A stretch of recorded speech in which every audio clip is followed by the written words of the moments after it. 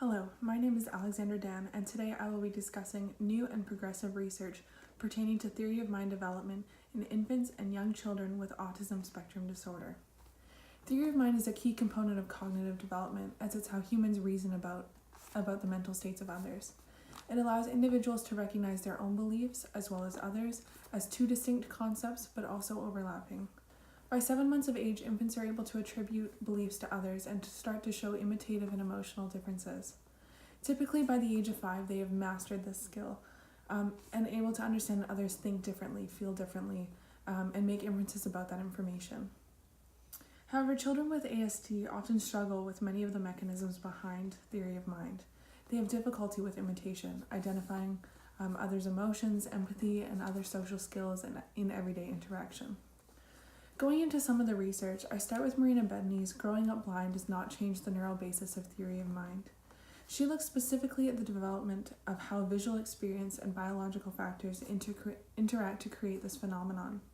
Her participants included 22 sighted individuals and 10 early blind subjects who took part in listening to stories and answered questions about the valence of them. These stories were based on people's beliefs on seeing and hearing. What's interesting is that theory of mind development was very similar between blind and sighted individuals, as well as the neural mechanisms behind that.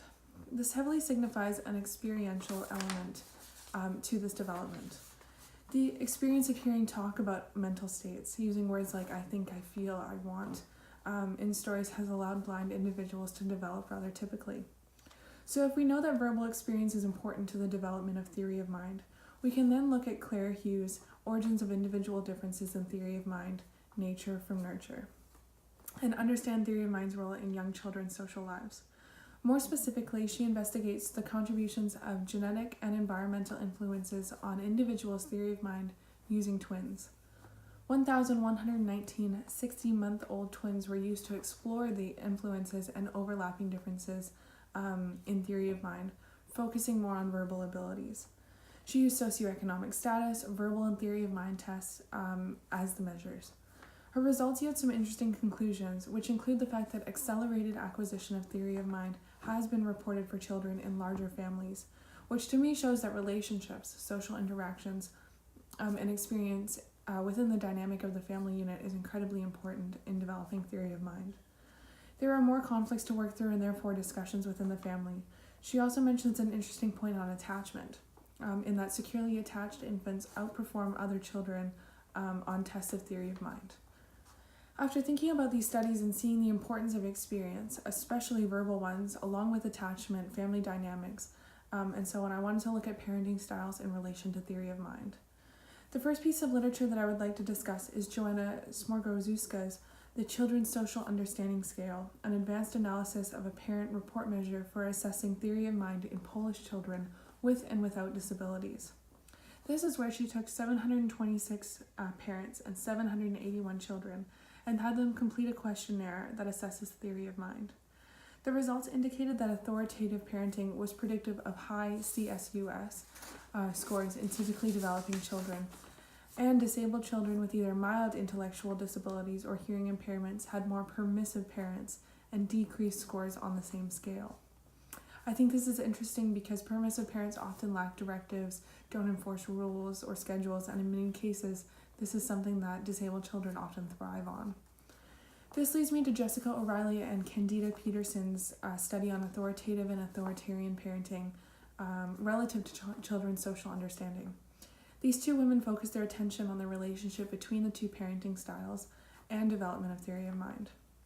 Their study included 30 middle-class Australian parent-child dyads who took part in theory of mind tests and were given post-questionnaires.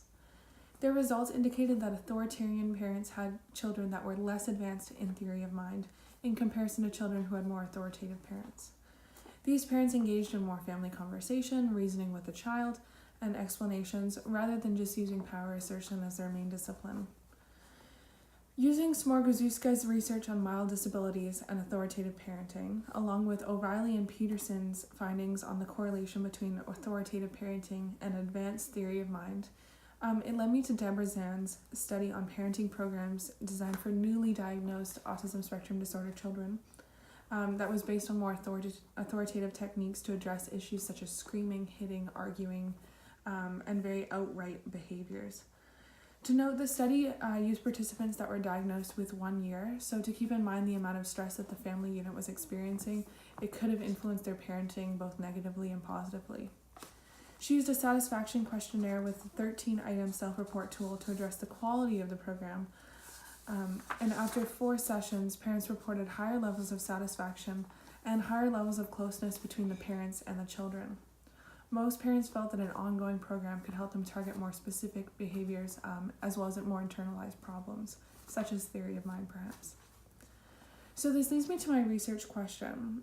Keeping in mind the previous research that we have discussed on authoritative parenting, advancing theory of mind development, family dynamics, and so on, I noticed that there was a gap in the research.